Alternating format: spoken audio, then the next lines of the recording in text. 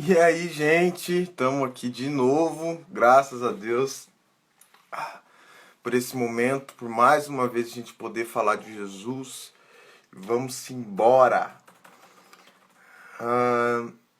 Nós vamos falar agora sobre intercessão e batalha espiritual. Vai ser a nossa aula agora. Então, não vou nem falar o que você tem que fazer, né? Eu acho que você já fez isso. O Alisson acabou de trazer uma mensagem sensacional, uma mensagem extraordinária e pesada para o nosso coração, de direcionamento, de ensino, que eu... Mano, você tá maluco. Foi incrível e eu creio que Deus vai falar ainda mais com a gente. Então, bora.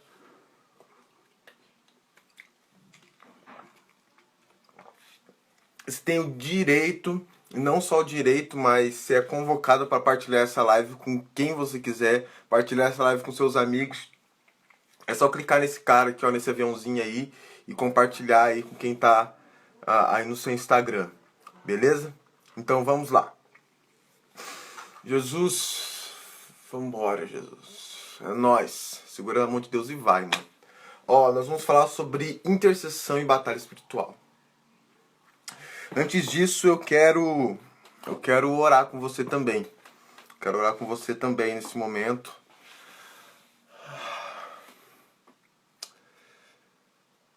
Amém, Jesus. Senhor, nós oramos agora e te agradecemos por tão precioso esse momento em que estamos tendo aqui. Nós louvamos ao Senhor por tudo aquilo que o Senhor está realizando aqui nesse dia, nesses dias dentro do Biquino. Nós estamos alegres e isso tem nos impulsionado a algo maior. Isso tem nos impulsionado a, a prática diária daquilo que estamos vivendo aqui. Estamos nos reunindo e conferindo as coisas espirituais com os espirituais. Esse é o fato, esse é o nosso anseio, meu Pai. Nós estamos aqui e mais do que só conferir, nós queremos praticar. Então, acha graça em nós esse momento, acha graça sobre nós, derrame graça sobre nós e misericórdia. Meu Pai, que desse dia, que do Kingdom Legacy possa sair líderes para a nação brasileira, possa sair líderes para as nações, possa sair líderes e missionários, meu Pai, para todas as esferas da sociedade, possa sair, Senhor meu Deus, ministro do Teu Evangelho. Nós oramos já aqui por cura, nós já oramos e intercedemos por bloqueios emocionais, nós já oramos e intercedemos, Jesus, meu Pai, nós já ensinamos e hoje, agora nós oramos, meu Pai, para que não só o Senhor nos prepare, mas que também nos envie. Porque quando o Senhor envia, meu Pai, nós estamos debaixo da Tua direção. Como o povo de Israel, o povo hebreu, que eles andavam à medida que a nuvem andava, e conforme eles andavam, Jesus, a nuvem parava, eles também paravam. E nós estaremos aqui, nós estaremos fazendo o que estamos fazendo, nós estaremos se movimentando como estamos nos movimentando até a nuvem andar. Porque quando a nuvem sair desse lugar e for para um outro lugar, para uma outra estação, nós andaremos com a nuvem e percorreremos os caminhos aonde o Senhor nos direciona. Então, se conosco. Amém. Amém, velho. Amém. Nós vamos falar sobre intercessão e batalha espiritual. Então eleve suas expectativas no Senhor aí e vamos que vamos. Cara, eu tô dando aula com 2 Bíblias hoje, ontem. Mano, essas ministrações estão sensacionais. Olha, você vai precisar fazer o seguinte. O que é intercessão? Nós vamos falar sobre isso para que você não perca os teus... Para que você não perca o sentido de onde a gente está andando aqui. O que é intercessão? Eu vou ler um texto para você que está em 1 Timóteo, capítulo 2. 1 Timóteo capítulo 2, eu sempre falo isso, que a Bíblia, né, as perguntas que a gente tem que procurar na Bíblia porque ela responde. Então, se a Bíblia responde às nossas perguntas, vamos atrás das respostas. E o que diz o texto? 1 Timóteo, capítulo 1, verso 2. Deixa eu ver se eu citei alguma coisa com isso aqui. Não. Então, vamos embora. Ó, o texto diz assim. Beleza. O texto diz assim. Antes de tudo, pois exorto que use as práticas de súplicas e orações e intercessões, ações de graças em favor de todos os homens. Então, primeiro ele diz, eu estou exortando, quer dizer, eu estou falando para você que é uma exortação, é uma correção. E o apóstolo Paulo está dizendo para Timóteo, eu exorto que façam súplica, orações e intercessões, e ações de graças em favor de todos os homens. Ah, mano, tem um cara que eu odeio, pouco importa, ore por ele do mesmo jeito. Aí ele começa a citar as escalas em favor dos reis e de todos os que se acham investidos em autoridades. Aí ele diz, para que vivamos vida tranquila, tranquila e mansa, com toda a piedade e respeito. Aí o verso 3. Isto é bom e agradável e aceitável diante do nosso Senhor, o qual deseja que todos sejam salvos. Olha aqui, mano. Olha a sequência do apóstolo Paulo. E aí ele diz, olha, interceda pelos reis, pelos governantes, para que todos vivam tranquilamente. Para que todos vivam tranquilamente. Ah, velho. Entenda que o mundo tá um caos, tá uma zica total. Essa zica total, esse caos que está instalado na humanidade, o que eu tenho que fazer? Interceda, ore, batalha no mundo espiritual. Porque se você fizer isso, se você batalhar nas regiões espirituais, nós vamos viver vida tranquila e mansa. Aí diz assim, ó, isto é bom e aceitável diante do nosso Senhor, Salvador, a qual deseja que todos os homens sejam salvos. E aí ele diz assim, ó, e cheguem ao pleno conhecimento da verdade de Deus. Porquanto há um só Deus e um só mediador entre os homens. Aí diz assim, ó, o qual a si mesmo deu em resgate por todos, testemunhou que se deve prestar em tempos oportunos. Enfim, para isso, aí ele diz, olha, mano do céu, para isso fui designado pregador e apóstolo. Para quê? Para salvar, para levar salvação. Afirmo a verdade, não minto. Mestre dos gentios, na fé e na verdade. Mestre dos gentios, na fé e na verdade.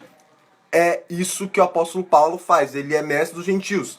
Agora, entenda esse princípio. Tá. Entenda esse princípio aqui. Que olha a grande sacada do apóstolo Paulo. Você precisa entender que só pregar não rola. Por quê? Porque não é eu que ganho almas, eu já disse isso, é Deus que ganha. E aí você chega em um lugar e aí tem regiões espirituais. Agora eu vou pegar tudo que eu vivi em missões e vou colocar aqui em meia hora. Olha, você precisa entender uma coisa. Quando você vai para uma viagem missionária, quando você entra para uma missão, o que você faz? Todas as viagens e lugares de viagens missionárias que eu participei, o que a gente fez? A gente chega na cidade, a gente faz turnos de intercessão lá, nos primeiros dias, pra gente saber em que área Satanás trabalha naquela cidade. Vou te citar um exemplo. Na cidade de Porteirão, em Tubiara, Goiás, quando nós estávamos lá, Satanás trabalhava muito em questão de homossexualidade. Pra você ter uma ideia, eu não me lembro de ter trabalhado com um jovem que não tenha, no mínimo, tido algum contato com homossexualidade lá. Cara, se você que está assistindo essa live sofre com isso, eu não tenho nada contra você. Ninguém do biquíni não tem nada contra você. Se você quiser fazer parte, cole com a gente. Nós só entendemos que isso perante os princípios bíblicos não é certo. Bom, quando a gente chegou lá, a gente percebeu que isso estava rolando. O que aconteceu? Nós falamos, não, vamos entender mais, e começamos a interceder. Nós fomos para um lugar na cidade, logo quando você entra na cidade, tem uma estátua bem grande do Cristo Redentor, uma cidade bem bonita. A maioria das cidades de Goiás tem isso. O que aconteceu? Nós chegamos lá e fizemos uma roda e começamos a interceder em volta daquele Cristo Redentor, daquela estátua, e nós começamos a pedir a Deus para que revelasse, nos desse palavra de conhecimento do que o diabo trabalhava naquela cidade. Dado isso, nós começamos a receber palavras. Recebemos palavras como homossexualidade, palavras do tipo de drogas, vícios em drogas, vícios em pornografia. Nós começamos a receber palavras. O que é interessante é que aquilo que nós não recebemos palavra de Deus no momento, no dia seguinte, quando o Conselho Tutelar descobriu que chegou uma base missionária lá, eles foram até a nossa sede e falaram pra gente, precisamos de um trabalho social aqui, porque a galera começou a dar estatísticas do que estava acontecendo. Então, era uma cidade pequena, então eu posso colocar uma porcentagem para você da seguinte forma. Se tivesse 100 jovens naquela cidade, 80 jovens tinha ligação com o uso de drogas, que usavam, que tinham uso. O restante dos 20% já tinham sofrido com isso. Ou, sabe, tem algum familiar que sofre com isso, ou sofre diretamente ou indiretamente. Os 20% sofriam diretamente, os 80% sofriam diretamente pelo uso da droga. O que aconteceu? Nós tínhamos que trabalhar em relação a isso. Como que descobrimos isso? Em oração, em intercessão. E aí nós entendemos um princípio. Nós começamos a trabalhar com algumas igrejas e de repente a galera não quis receber o projeto. Nós começamos a trabalhar por conta própria. O que aconteceu? Dado essa introdução nossa lá naquela cidade, nas primeiras semanas, no primeiro mês, aconteceu algo surreal. Que nós começamos a levantar turnos de intercessão naquele momento.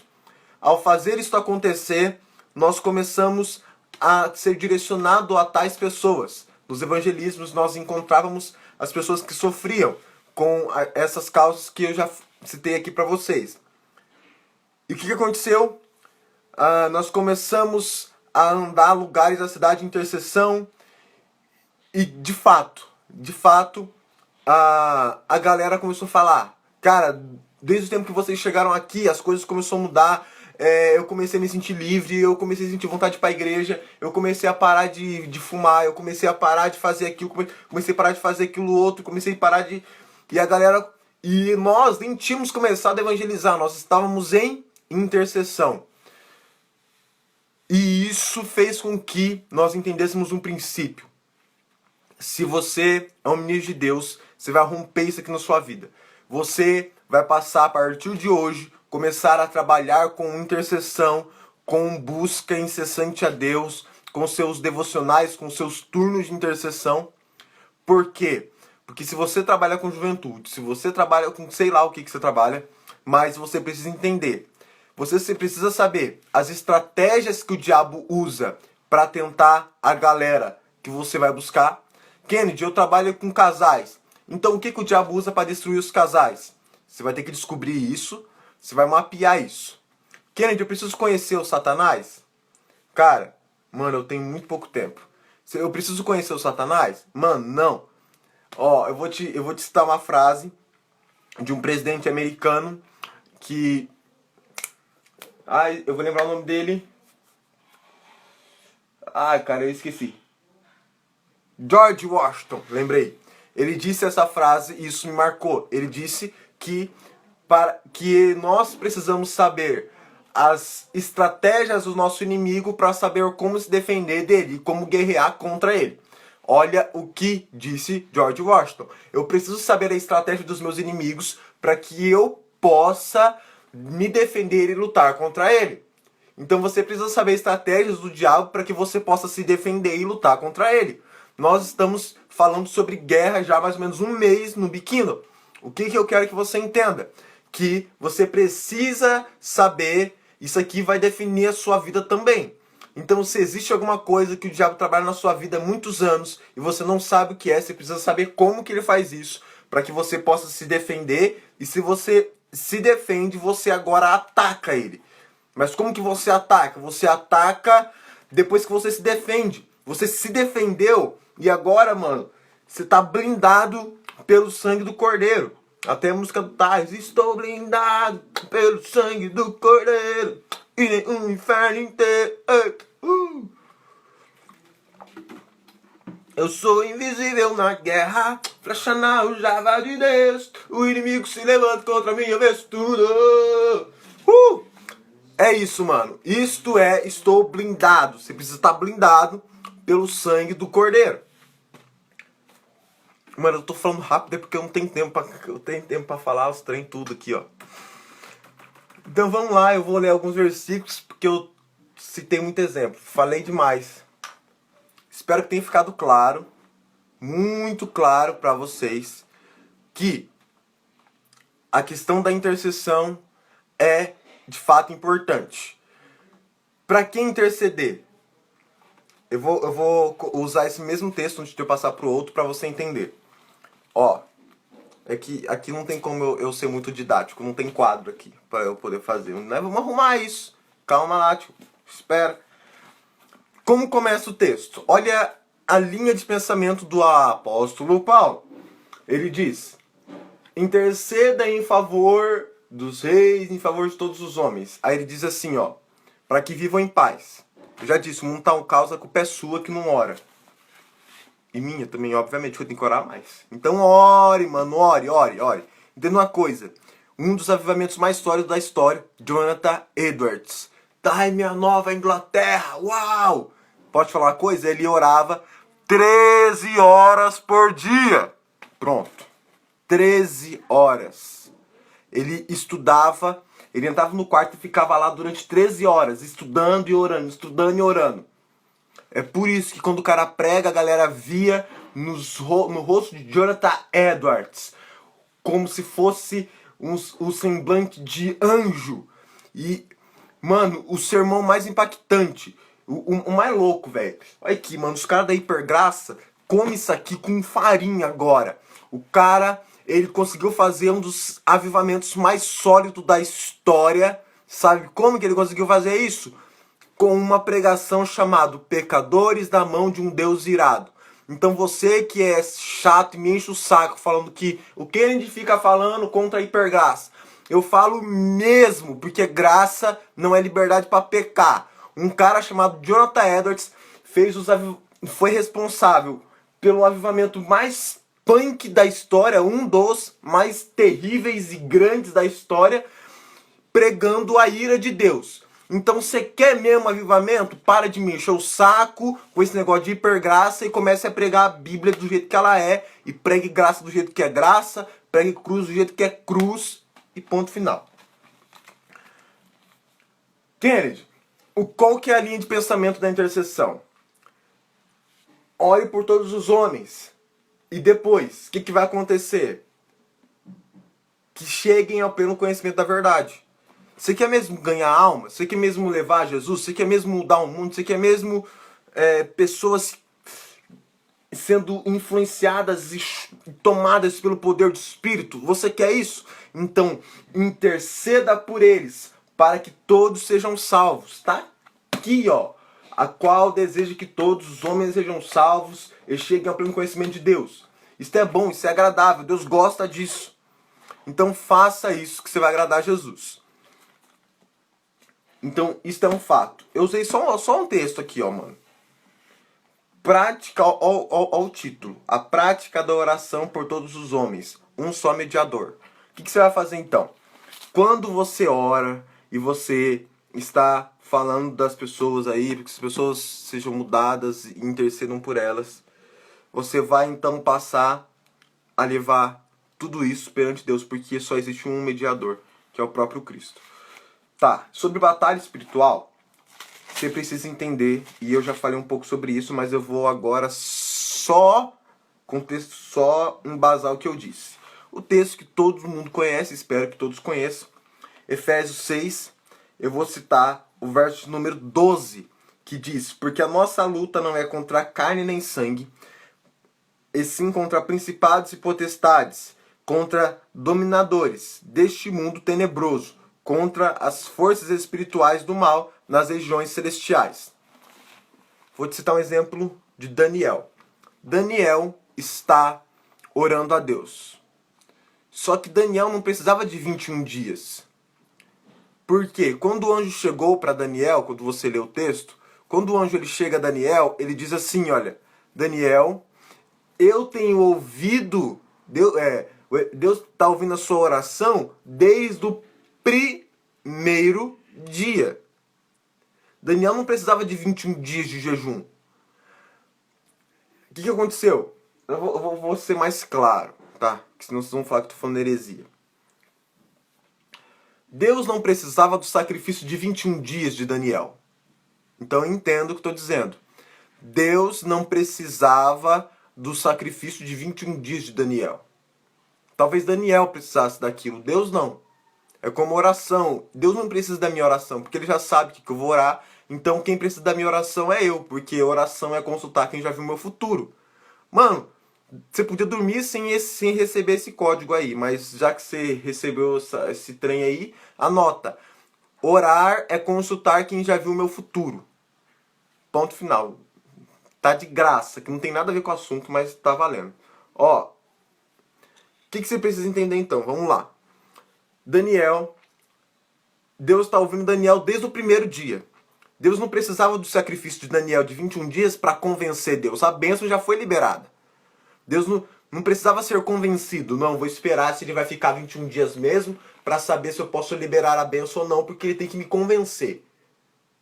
Mano, jejum não convence Deus. Não é Deus que precisa de jejum, é você que precisa de jejum. É eu que preciso de jejum. Isso é tão verdade que Jesus fala assim, olha, se o Filho do Homem estão com eles, para que eles precisam de jejuar? Vai chegar um tempo onde que o Filho do Homem não estará com eles, então eles terão que jejuar. Ponto. Jesus está aqui, ele está em mim e em ti, mas ele não está aqui. Eu não posso pegar na mão dele e falar, é nós. Então o que eu tenho que fazer? Jejue. Então, quem precisa de jejum é você, não Deus. Porque jejum não é barganha, se o jejum não convence ele. O que aconteceu? No primeiro dia, quando Daniel começou a orar, Deus ouviu. Liberou a bênção. O que aconteceu? Quando o anjo está vindo, o príncipe da Pérsia pega ele nas regiões celestiais. Céu, aonde Deus está. Céu dos astros. E o céu que nós vemos aqui. O que acontece? Quando ele está descendo, quando ele chega nas regiões celestiais, no segundo céu, o príncipe da Pérsia, os principados e potestades, um principado para ele no meio do caminho. Aí ele diz assim, quando ele fala para Daniel, Miguel teve que vir aqui me ajudar, e quando Miguel vem, o negócio está resolvido. O anjo desce para trazer a bênção. E a bênção chega a Daniel depois de 21 dias. Como eu disse, a bênção foi liberada lá atrás. Não foi no 21, foi lá atrás, mano. Por quê? Porque a Bíblia diz que as bênçãos, tá em Efésios capítulo 1, verso 3, as bênçãos foram separadas para nós antes da fundação do mundo. Então o que você precisa já foi feito. Você nem tá ligado, então não fique ansioso, porque a bênção já foi feita. Ela só vai demorar para chegar porque Deus trabalha com tempo. Ele não trabalha com convencimento. Você não convence ele, então ele trabalha com tempo. Então a bênção já foi liberada lá antes da fundação do mundo. Você nem nascia, você precisa de um emprego e o emprego já foi liberado para você. Mano, eu acho isso sensacional. Mano, deu tempo certo. Então, o que eu tô dizendo para você é que aconteceu algo nas regiões espirituais. E Daniel recebeu a bênção só depois.